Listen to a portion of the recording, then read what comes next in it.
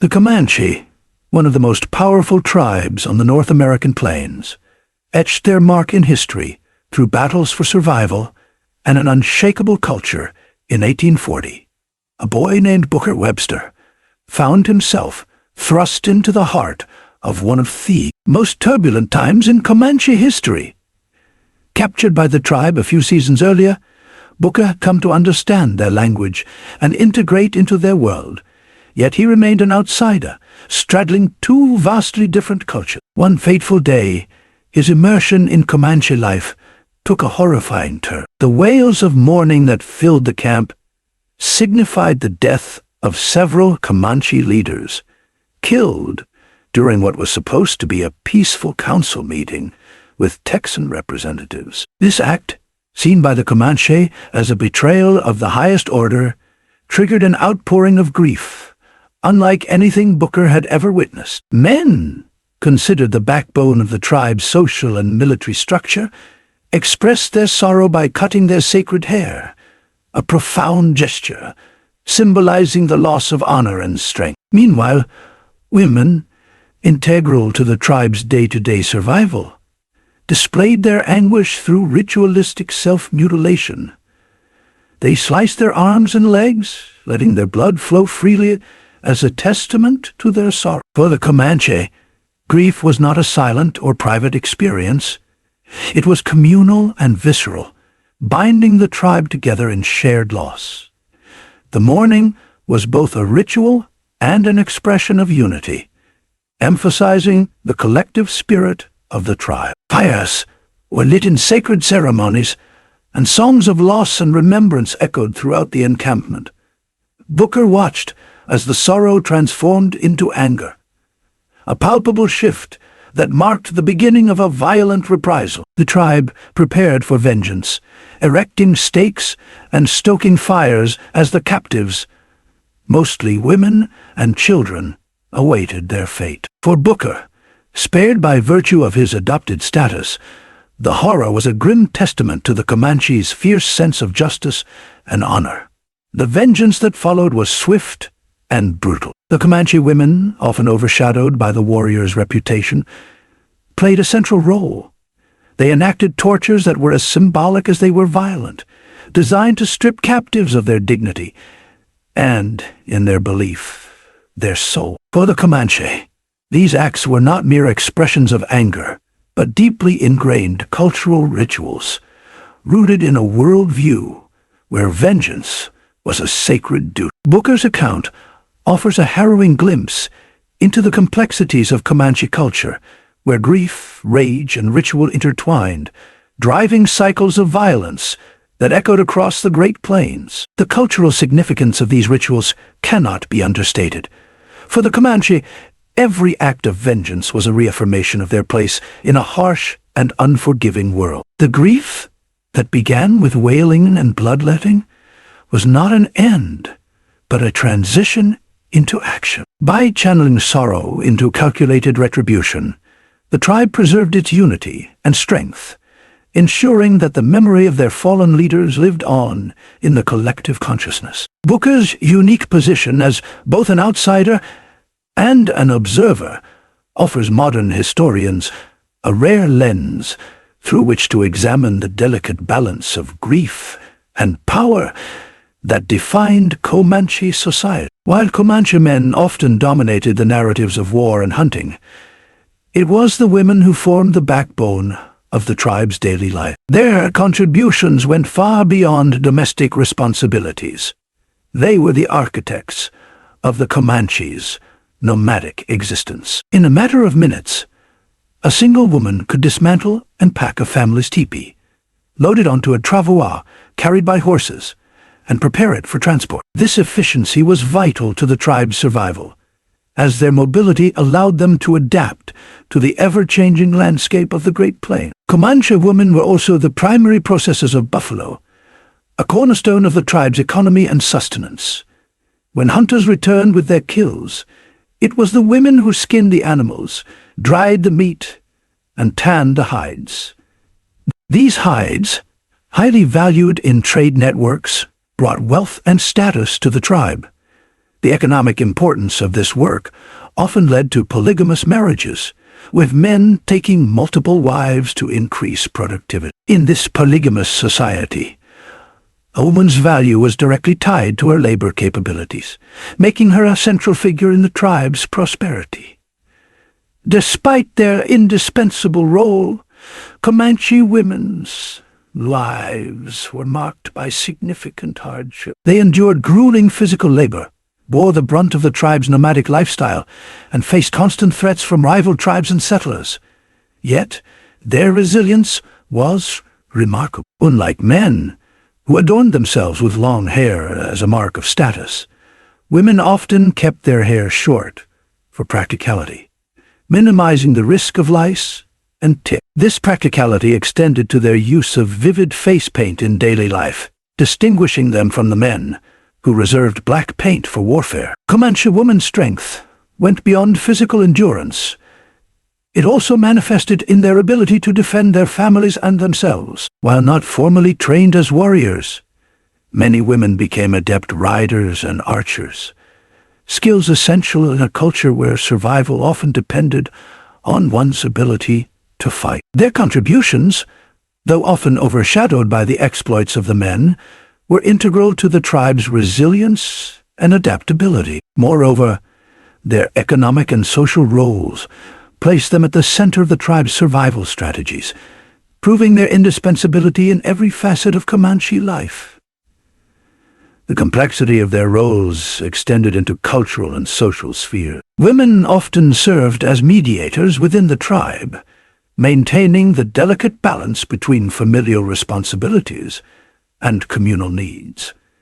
They were the keepers of tradition, passing down oral histories and cultural practices to younger generations. These roles underscored their centrality to Comanche identity, making them not just supporters but key architects of their society's enduring legacy. Comanche women were more than caretakers. They were defenders and active participants in the survival of their people. Their dual roles in defense and revenge defined them as both protectors and enforcers within their society. The harsh realities of life on the Great Plains required them to be versatile, able to transition seamlessly between nurturing and combat when necessary. Although not formally recognized as warriors, many women were skilled in horseback riding and archery, essential tools in a nomadic culture where danger was ever present. Historical accounts from Texas rangers and settlers reveal the ferocity of Comanche women during raids and battles. In some instances, they fought alongside men, blurring the lines between warrior and civilian. This was not born of a desire for recognition, but a necessity for survival. In times of attack, their role shifted from supportive to combative, defending their families and homes with unparalleled courage. Women often took up arms, wielding knives, bows, or even captured rifles to repel invaders or protect their children. Their role extended beyond the battlefield. In the aftermath of a raid, women often determined the fate of captives. In Comanche culture, captives were symbols of victory and power, and their treatment was deeply tied to tribal traditions. The women were responsible for enforcing punishments, which could include public humiliation, torture, or execution. These acts were not solely about revenge, but also served as a display of dominance and a way to reinforce their cultural beliefs. The stories of captives like Matilda Lockhart and Rachel Plummer illustrate the duality of Comanche women's role. Both women endured unimaginable suffering during their captivity. Matilda was returned to her people severely disfigured, while Rachel faced constant abuse, even as she navigated the intricate social structures of her captor. These tales shed light on the harsh reality of Comanche life, where survival often meant exerting power over others. Within the Comanche tribe, women navigated a complex social hierarchy that extended beyond traditional gender roles. Their influence was not only confined to domestic and economic realms, but also played a significant part in maintaining tribal order. Social disputes among women were often settled through direct confrontations, ranging from verbal sparring to physical altercations. These disputes served to establish respect and reaffirm social standing within the community. Rachel Plummer's experience provides a glimpse into this dynamic. Despite being a captive, she engaged in physical confrontations with Comanche women, sometimes out of necessity, and at other times to assert her position. These battles were more than mere displays of strength.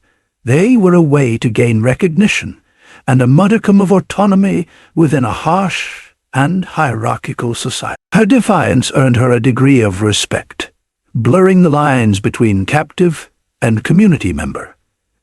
The hierarchies among Comanche women were deeply interconnected with their roles in labor, family, and cultural preservation. Women who excelled in essential tasks, such as processing buffalo hides or organizing tribal movements, often found themselves in positions of influence. Older women, in particular, wielded considerable authority as keepers of tribal knowledge and mediators of disputes.